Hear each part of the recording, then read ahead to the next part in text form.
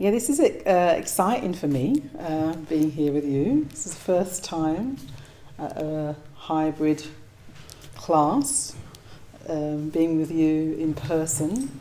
So, thank you very much for coming and for tuning in as well. My name is Suri Gupta, and I'm delighted to introduce Subhuti to you. Now, many of you will know Subhuti. Subhuti is the London Buddhist Centre's president. And a president is somebody who really, he doesn't live here. He lives in Wales. He's not involved in the day-to-day operations or management or even leadership of the centre. But a president is someone who's like a spiritual friend, spiritual guide to the centre, and particularly the centre's chair. So Subhuti he helped found the London Buddhist Centre. And he also was its first chair. And then actually since then he has been its president. So he has guided and been a friend to the centre for the last 43, 44 years. And he's been a friend to each consecutive chair that's come along. And I'm really delighted because Subhuti definitely is a friend to me. He's definitely a support to me. And I've been very much appreciating, there's two things I want to say about Subhuti. Firstly, he has a real depth of knowledge of the teachings of the Dharma. And he is a great friend to many, many people. And in my friendship with Subhuti, I've just been appreciating how he's been able to sort of hold the history of the centre in mind, but also see it through my eyes, see it the way I'm experiencing, being chair as well. And then also take in the sort of conditions of the centre now. Because each phase of the centre has different set of conditions. We've had the conditions of COVID, for example. That's a brand new set of conditions. And he's been able to really think about, what does the centre need? What do I need as chair? What does the centre need overall? He's a friend to everybody at the centre, actually, who works and teaches at centre. What do we need? And in this set of conditions. And I really appreciate the way that he's able to really take perennial Dharmic themes, really understand the everlasting truth of the Dharma, the teachings, and able to apply them to each new phase, each new set of conditions, and respond to each new chair in that way. So I want to thank you, Subhuti, in advance for being such a good friend to me and to the centre overall. And tonight he's going to be teaching on Do I Exist?, which is one of these perennial, everlasting questions that we have. Do I exist? I think I do, but I think Subhuti is going to have some things to say about what the Dharma says about our existence or otherwise. And I hope, and I think as well, that Subhuti will make it relevant to us. So he'll hopefully be able to give us the kind of, maybe there might be some sort of esoteric, some really kind of interesting philosophical sort of aspects of this. And I suspect that he'll also help us relate to it in our conditions now, as we are today. Yeah, so that's what I hope. And trust that it will be applicable. But we'll go away with some really interesting things to think about, that's for sure. Yeah. So, Subhuti, over to you. Do I exist?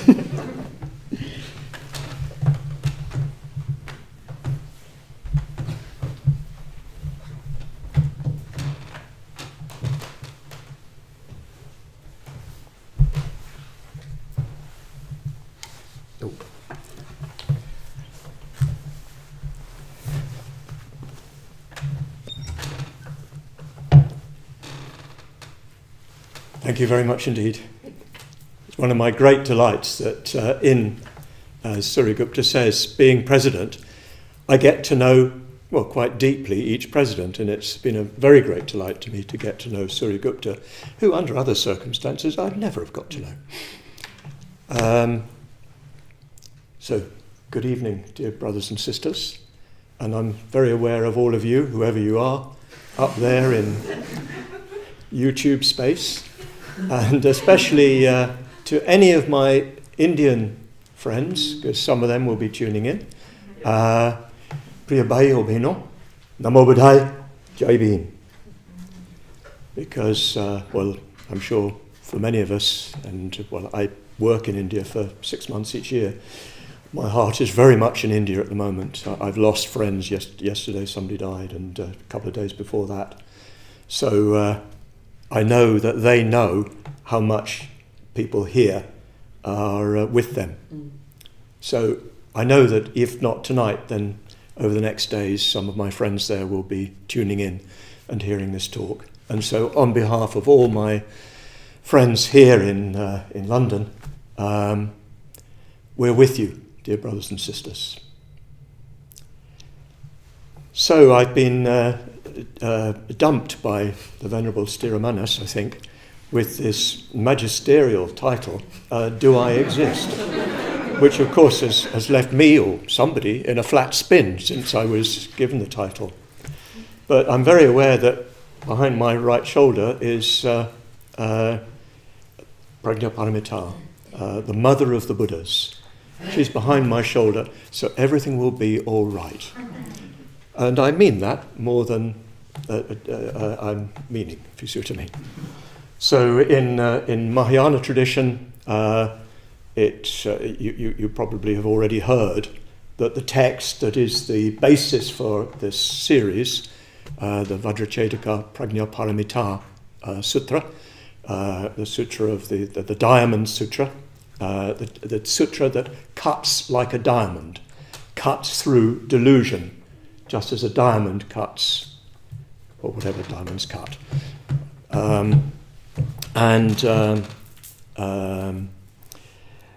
So the sutra, the sutra tradition, the tradition that lay behind these sutras, or that came through these sutras, really came to suggest that there was some force, some factor that was not to be caught in words, and that was, if you like, the matrix, the mother, the womb of Buddhas. The Buddhas do not make themselves. They come from wisdom. They are born of wisdom. Interesting, there's enough this afternoon. I don't think she's here now, but I met a Sophia in the lobby who was doing the cleaning. And I thought it was very striking that on this very day I should meet Sophia, because Sophia, of course, in Greek means wisdom. And there's a lot of interesting scholarly discussion about the parallels between Santa Sophia, Hagia Sophia in Constantinople, in Istanbul, that was dedicated originally to holy wisdom. And there's some sort of parallels, loose parallels between Sancta Sophia and Prajnaparamita. In other words, Prajnaparamita is the wisdom that is like a mother, because the mother produces the child, and Prajnaparamita produces the Buddhas. The Buddhas are made, as it were, by wisdom. So to be blessed by Prajnaparamita behind my right shoulder is strength indeed, is courage indeed. So the title is, the theme is a very appealing one to me. As you've already heard, my name is Subhuti, and you may have gathered from the series so far that Subhuti is the main protagonist of the Diamond Sutra. He plays not a very significant, not a very verbal part. He doesn't have much to say. He more or less says, "Yes, Your Lordship. You're right. Yeah, quite right. Oh yes, of course." Or just repeats what the Buddha has said. He's definitely present, but of course the Buddha is the Buddha, and his job is the archetypal hearer. So I remember the very first retreat I went on in Surrey, Hazelmere. Beautiful retreat. I bowled over by it. It seemed to last for about a year. Actually, I was only there for 2 days. You remember your first retreat? And that's where I met Dhammadinna, as it happens. during the retreat, as we used to do in those days, I drove into the town and visited a bookshop, and I came across in the second-hand bookshop one book which I bought, which was the Dharma Sutra. So I took it back with me, and I was sitting in the glorious spring sunshine reading the Dharma Sutra, and I saw a shadow pass across the page. So I looked up, and there was our teacher, Urgen Sangharakshita Bhante, standing behind me. At that stage he was berobed, and he was looking down and obviously seeing what I was reading with a wicked grin on his face. At that stage I'd just come along. It was going to be 4 years before I was ordained, but clearly he decided what my name was at that point. Well, it could be said, who better to talk to you about Prajna Paramita than Subhuti? But I'll leave you to judge that. So my title has been given, I think it's Sthiramanas, or no, he's not taking the blame, is Do I Exist? Because a strong theme of the sutra is the questioning of personal identity as we normally understand it, or as we don't really understand it, but as is implied by our normal understanding. And so the sutra, in a certain sense, you could say, deconstructs our normal notion of who we are. And so I've been given this particular theme to unpack for you. But I decided I was going to alter the title. I'm very awkward like that. I can't just accept a title that I'm given. So my title is going to be, Am I Really Giving This Talk? And I hope we'll be able to decide by the end of it whether I am or not. Now, I say it as a sort of joke, but it's a real issue. It is a real issue. And I've come to sort of interrogate that question of who gives a talk over the years. When I first gave talks, I used to simply reproduce Sangharakshita's talks, jokes and all. And they used to go down wonderfully if people hadn't heard the talks originally. But as time went on, I began to develop my own sort of style and so forth. This is quite a traditional way of going about things, actually, and quite an effective one. But particularly as I worked in India, I began to find that I could speak more and more from the moment to the people that were in front of me. And because Indian audiences are extremely engaged and engaging. They're really with you. If you can set aside all the children running around and the failures of the lighting system and all sorts of other things that happen. But they're really, really engaged, and they can listen for hours if you hit the right groove, as it were. But I found that if I had my notes, and I was speaking from my notes, I couldn't really connect. So I started to discard the notes, and I've got a good memory, and I'm quite good at keeping a structure in my mind. So I'd got the sort of journey of the talk in my mind, and I'd sort of set out on that journey, and more or less I sort of know some of the key themes that I was going to reproduce, even some of the sentences that were there in my mind, and they would come across, particularly good in India because working through a translator. So while my translator was translating, I'd be thinking up the next sentence. It was a beautiful rhythm, actually, a wonderful way to work. Maybe you could translate for me into English. But what I began to find, it went more and more recently, actually I began to find this at the LBC with my ramble style, that I'd know what I was going to say, but at a certain point, something might happen. It didn't always happen, but at some point, something began to happen that I hadn't planned for, that I hadn't thought about in advance, that I wasn't even really, it would take me by surprise that I was saying what I was saying. And I'd honestly feel afterwards when people would congratulate me, on the talk, I'd honestly be able to say, well, I didn't really feel I gave that talk.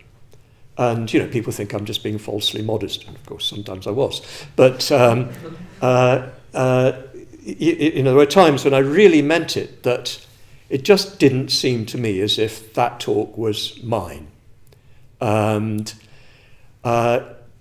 so that sort of made me think more and more about giving talks and what's really going on.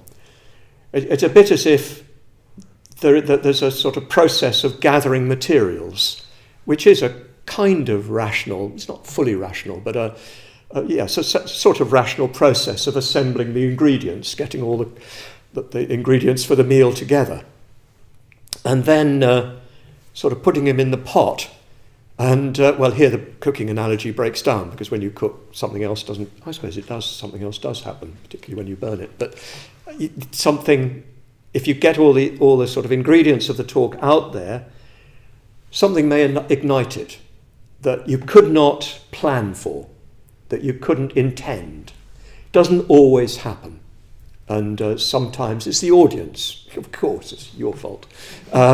Sometimes the audience just didn't, the magic wasn't there, the chemistry wasn't there. Sometimes it's me. I wasn't in the right state. I was distracted, or I was thinking about something else at the back of my mind. I bothered, or whatever. But quite often these days in India, and more generally, I'm an old campaigner, as it were, and I've got more confidence. So I've got more confidence to step out into the dark, into the abyss, and see what happens. So in giving a talk, there's an interesting interaction between I, as one normally thinks of it, and we're going to interrogate that in a moment, and something that definitely strikes from another dimension. So it would be quite convenient, since Prajna Paramita is there, to use her as the sort of image for what it is that comes through. And that, I think, is what's meant by saying that the Prajna Paramita is the mother of the Buddhas. That the Buddhas are, so to speak, the vehicle for wisdom. And wisdom is something beyond them as mere psychophysical entities, as conditioned beings. The holy wisdom, Prajna Paramita, comes through that psychophysical reality, but it's something beyond that. So, yes, that's all that reflection has been combined with other thoughts I've been having about, an investigation I've been having about what it is to be a person, what it is to be an I. And it's something I work with quite a bit when I'm on solitary retreat, because there you've got an opportunity to sort of step out of normal modes, because so much of our sense of ourselves is constructed out of our interaction with others. So much of who we are is relational. That's not a bad thing, but it sort of emerges out of our interaction with others. It's very interesting coming out of solitary retreat. Don't know whether anybody's experienced this, but to begin with, when you enter into a new an interaction, a communication, you're sort of completely innocent. You have no self to come from. And you slowly see it sort of assembling a face, if you like. So yes, when you're on solitary retreat, you don't have that face. You're not with anybody else. You carry quite a lot of people often in your mind, and one can have quite a lot of long conversations with people, even blazing rows with people who aren't there. But as time goes on, that hopefully dies away, and you're sort of just left with your experience, your raw experience. And what I've tried to do over time, as I gain more confidence in my own Dhamma practice and Dhamma life, I've tried to step aside from programs and routines and so forth, which I think are a good thing, especially when you're setting out in the Dhamma. I think it's a good thing to say, I'm going to meditate now, etc. But, I've been at it for 40 years. I made a little progress. And so it's sort of, for me, a little bit important to start seeing what's there when I don't do that. And I've encountered the great problem of getting out of bed. I'm sure this is quite familiar to quite a few people. How do you get out of bed? Why get out of bed? How to decide how to get out of bed? Huh? I can see some of you are resonating with this. And the alarm clock just doesn't cut it when you're on retreat, because just turn it off. I don't even put one on. I don't even wear a watch. It can be a little disturbing, because this sort of lack of structure can leave you with a feeling that you don't know what to do. You don't sort of really want to do anything. And if you can relax into that, it's really, really interesting. Anyway, one day on a long solitary retreat, I just decided I'm not going to get up. I'm not going to decide to get up. I'm not going to get up because I ought to get up. I'm not going to get up to go to meditation. I'm not going to get up so that I can tell people later I did, MTT and X number of meditations per day. I'm just going to wait. And you wait, and you think, blimey, am I ever going to get up? and you just sort of lie there, and, to begin with, it's quite pleasant, after all. One of the definitions in Abhidhamma of laziness is lying down and not getting up. So I indulged in the great delight of laziness, of lying down and not getting up. And you sort of lie there and think, blimey, this could go on for a very long time. And, one day it did. It lasted really quite a long time. I wasn't asleep. I wasn't even particularly relaxed. I was just waiting to find out how to get up. And then I found myself having a pee. Out of bed and having a pee. I should have explained that first. Sorry, I misspoke there.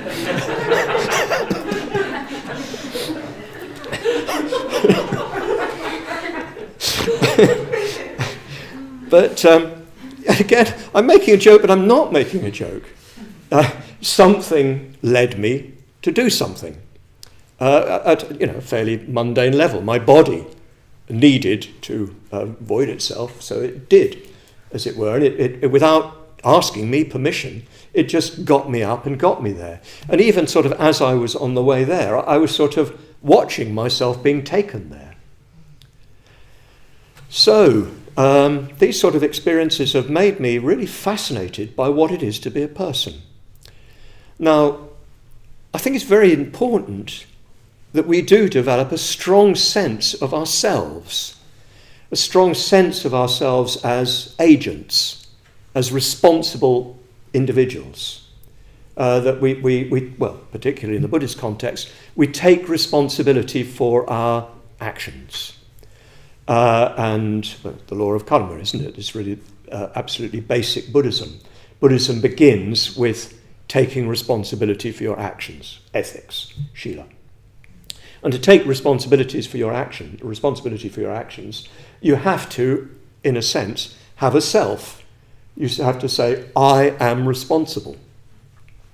And I think that's extremely important, and I think there is a problem that many of us don't develop a strong enough sense of ourselves for various reasons. I think that there are factors in our modern culture that make that not so easy. We won't go into those at this point. But I think that it's much more difficult to find out who you are. A traditional society, and I encounter this in India, and there are traditional societies, in Britain still. In a traditional society, you sort of know who you are. You're a son or a daughter, a cousin. You've got a place in things. Sometimes, of course, it's in a hierarchical way, which is not so good. But in a traditional society, people, in a positive and a negative sense, know their place. They know who they are. And I think in the breakdown of traditional structures, which my generation, the baby boomers, led the revolution, and we are the first representatives of the generations that found it more difficult to develop a strong sense of selfhood, in the positive sense of an ethical centre. So much that I'm very glad that my generation tore down. There was so much that was bad, so much of that hierarchical class system in Britain when I was brought up needed to go, and the rigidity of things, the old boy network, and all that needed to go. But in its collapse, we're sort of left not clear, who we are. And I think this is one of our major functions as a Buddhist community, because in community, in Sangha, you can discover yourself. You can discover yourself outside conventional roles in relation to others, in friendship. Because I think it's in relation to others that you find a self. In a traditional society, your self is determined by the cultural position that you're assigned. I'm speaking to my brothers and sisters in India, of course, caste system. That defined who you were, and we have our own versions of caste system. And whilst they give, I notice that although there's so much that's pernicious about the caste system, it also gives a sense of security, even for those at the bottom of it, as it were. People know who they are. And again, I'm quite clear, I'm completely against that. But it's important to recognise that we need to develop a new culture within which one can discover oneself as an agent, as a centre of action and responsibility, as a centre of awareness.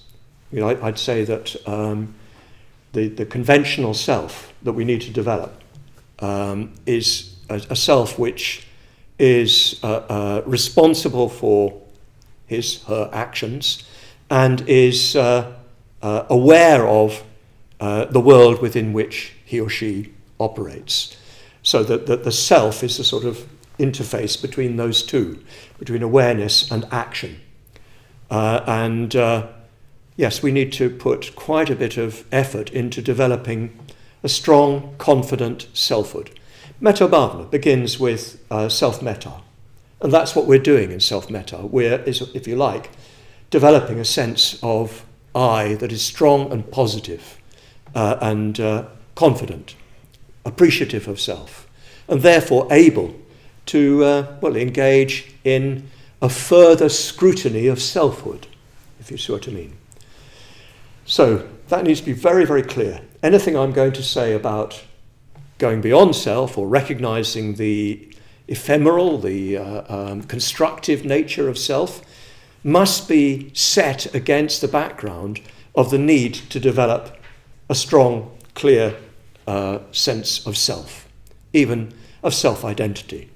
There's a lot made of identity these days. Personally, I appreciate what people are trying to do by claiming identity. What they're trying to do is say it's all right to be gay. It's all right to be of colour or whatever. It's all right. I'm not going to fit into that, into the old patterns of thinking. So I think that's part of claiming a positive selfhood, which I applaud and try to do myself, try to complete that process myself. And but at some point one needs to begin to recognise that only goes so far. It enables us to take responsibility for our actions. It enables us to be aware in a healthy and positive way of our environment. But at a certain point, and that certain point comes, at different points for different people, and we each need to sort of take our own time over it. We need to begin to recognise the constructed nature of this selfhood that we've positively taken on as an achievement, an evolutionary achievement, if you like, for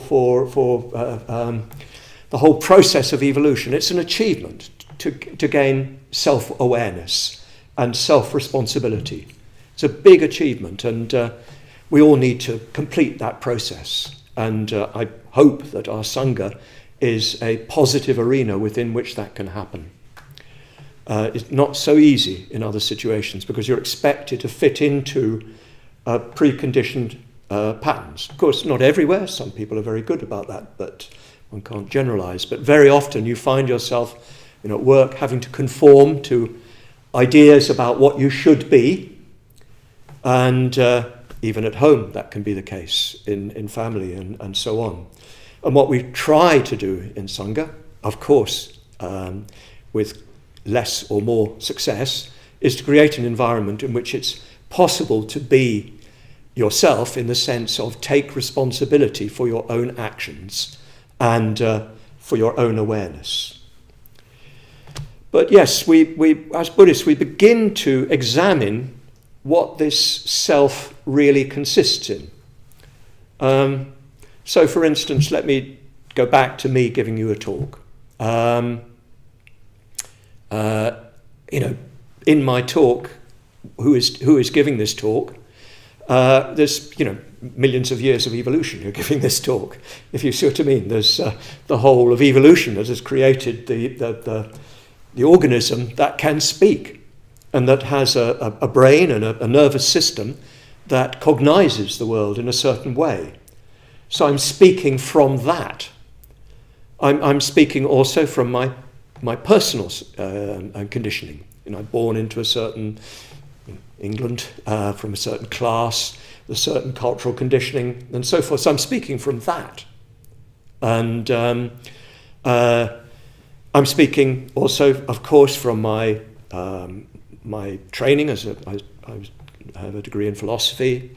I'm speaking from my reading, my general reading. I'm speaking from my study of Buddhism. So all of those are speaking through me, if you like.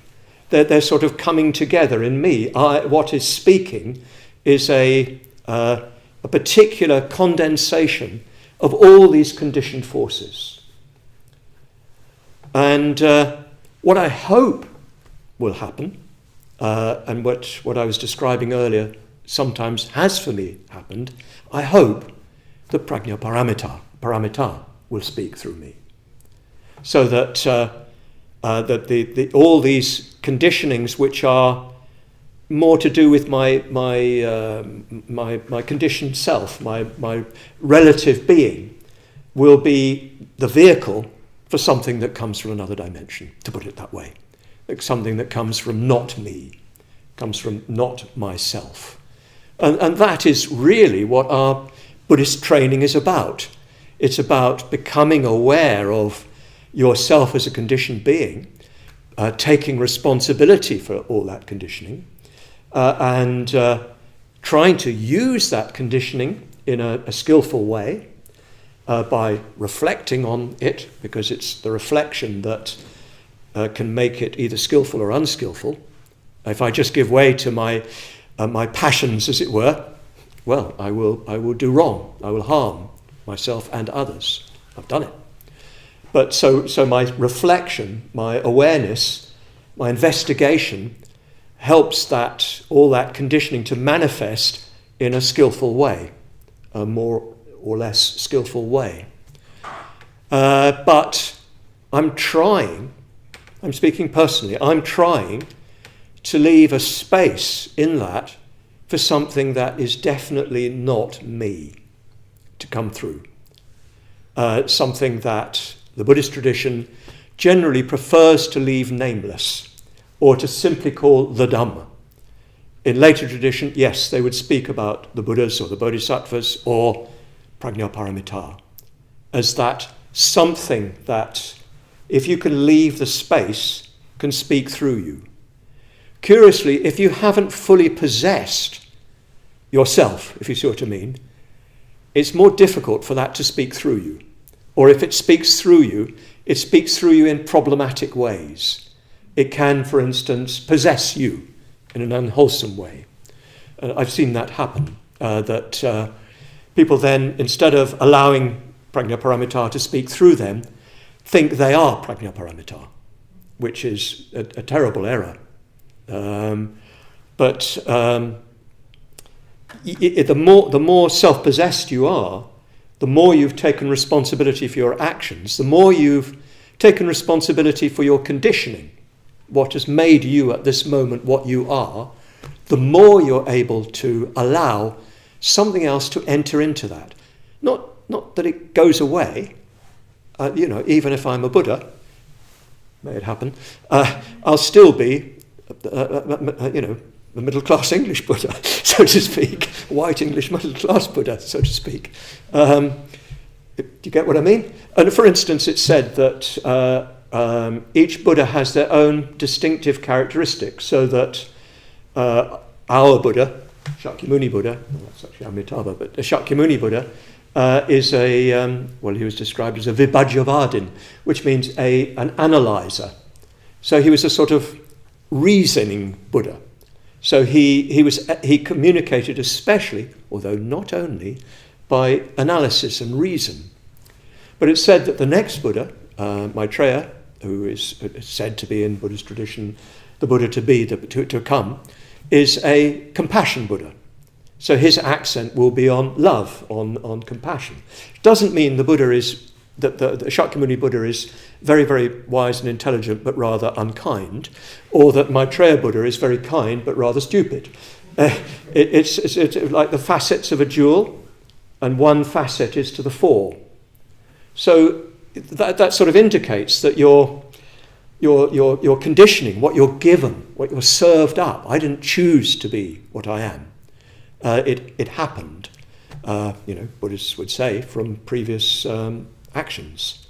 But I can, by possessing that fully, taking responsibility for that, and operating from that in a skillful way, and opening myself up, I can let something that goes beyond me express itself through me, without my identifying with it or possessing it or thinking that it is some god or anything like that, but that something speaks through me which is not just me. So really you could say this whole business in Buddhism of the discussion of the nature of selfhood is really to do with trying to get us to come away from fixing so much onto onto our individuality, precious as that is, up to a point. If we cling to it too much, it only leads to suffering. If we only live for I, we will suffer.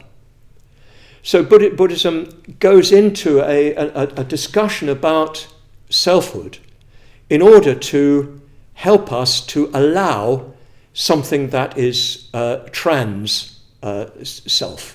trans-egoic, to come through us. And which, in descriptions you see of people writing about that experience, it's not that it's not you. It's not that it's not you doing things or you saying things or whatever. My own minuscule experience of this is very like that when I do get in the groove when I'm giving a talk, it's certainly not that I'm not talking or that the system isn't working. But I couldn't say that it's me in the sense that I would say I had my breakfast. It's or I chose to do this talk. Something else is coming through.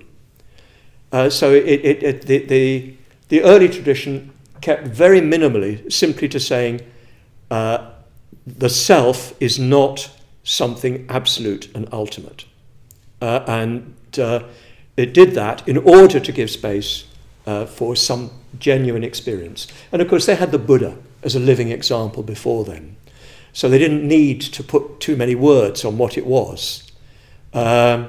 Later tradition began through the images of the Buddhas and Bodhisattvas, Prajnaparamita, etc., to give form to that. But quite clearly recognizing these were not gods and goddesses in the narrow sense that we usually understand those. But they were the what is left when you let go of attachment to self. When you cease to hold on to and cherish self, something from beyond self can speak through you. what am I supposed to go on to? You take a break about 8. About 8, okay. So,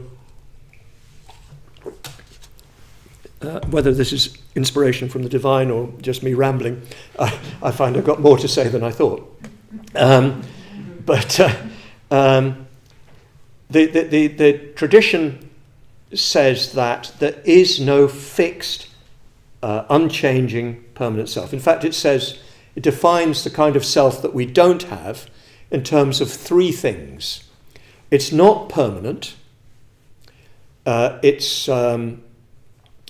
not isolated or single, different ways of putting it, and it is not independent, or sometimes it's said self-authored. So let's look at those 3 for a few minutes before we have a break. So first of all, it's not permanent.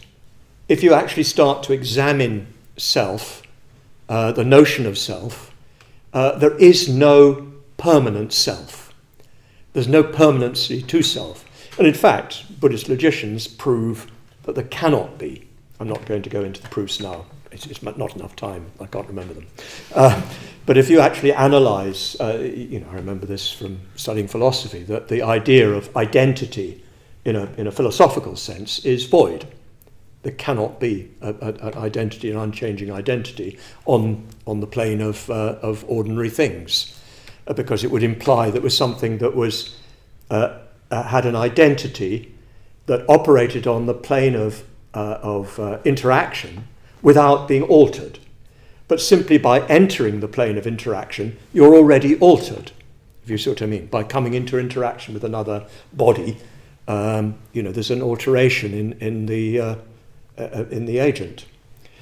So there are very, very sophisticated arguments in Buddhist logic, which was the first development of logic in Indian philosophy. It's mainly epistemology, more than logic, but it was Buddhist logic trying to show that there could be no permanent entities. Whereas in Hinduism, classical Hinduism, there was a strong argument there was a permanent Atman. So when we hear talk of Anatman, we're talking against the background of Hindu, pre-Hindu, early Vedic and so forth, Neo-Vedantic doctrine of selfhood as something permanent and eternal. So Buddhism is a direct protest against that, saying that's profoundly unhelpful, because it means that we think there's something that we can cling on to about ourselves that stands separate from our interactions, and yet in a certain sense governs those interactions, which again philosophically is completely absurd. It can't be. If there is an Atman that is not involved in reality, in conventional reality, we can't know it. It can't have any presence within it, as it were. It can't interact. It has no meaning. So yes, it's not permanent. It can't be permanent.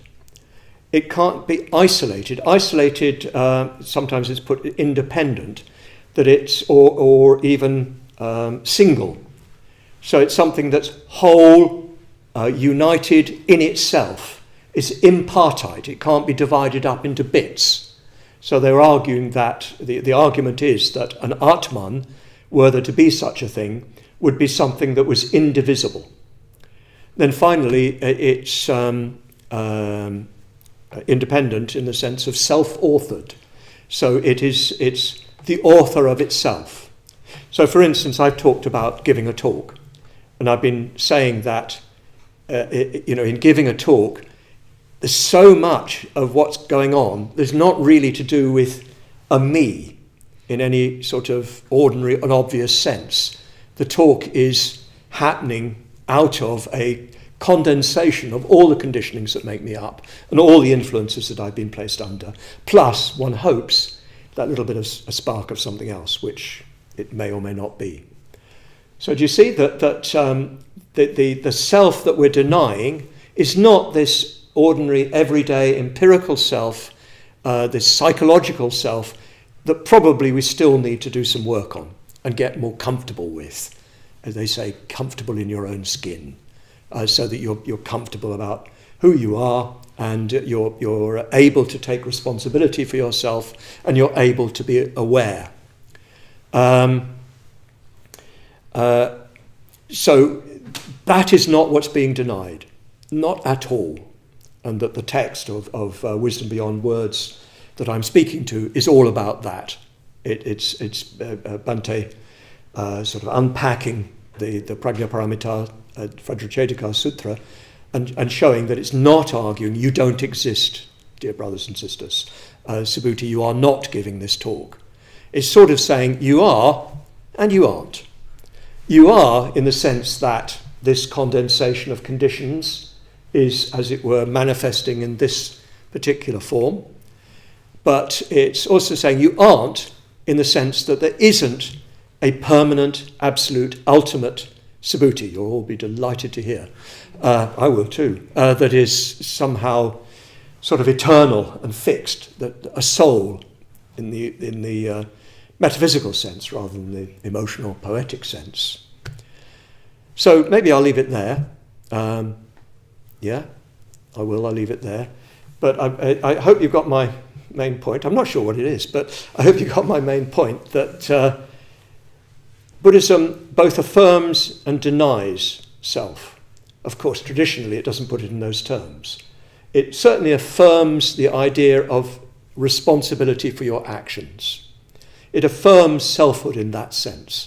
And I would go on to say, as I already have, that includes sort of taking responsibility for your conditioning, becoming comfortable with who you are, and being aware from that perspective, but with mindfulness that it is that perspective.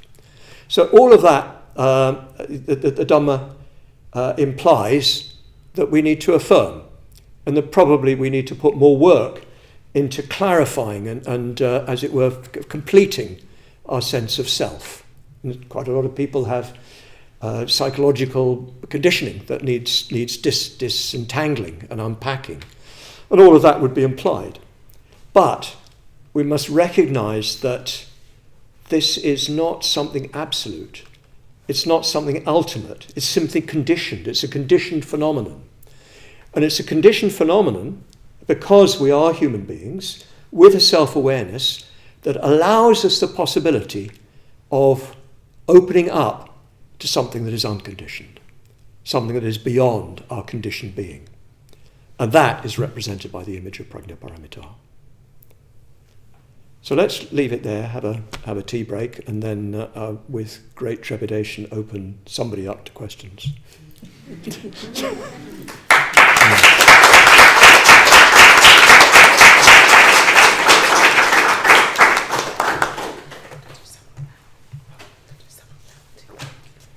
Why don't you say something? So, thank you very much, Subhuti. I really appreciated the journey you took us on there.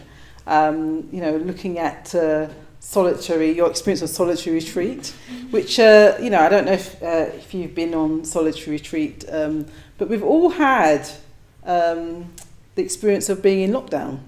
Yes. That's what I was thinking when you were talking about that, and how our routines, particularly early lockdown, our routines went out the window, many of us, and many of us might not have needed to get out of bed and run to do things. And certainly our interactions were limited, and the range of people that we were able to see, and how that really began to affect our sense of ourselves, actually. So that was a really interesting sort of beginning about how so much of our experience of ourselves is relational and conditioned by structure and routine and habit. And, your experience of kind of like letting go of that on solitary consciously and then seeing what happens was really fascinating. And then, of course, sort of unpacking all the things that make you up as a human being, even evolution, as well as the sort of conditions and circumstances you're born in. And actually how much time that takes for us to even understand that, actually, even to become aware of the different layers of that. I mean, that's almost a lifetime's work in itself. But what Buddhism was saying is like, that's an important thing to do, to be aware, to keep developing our awareness, to disentangle the aspects of our condition that's not been helpful.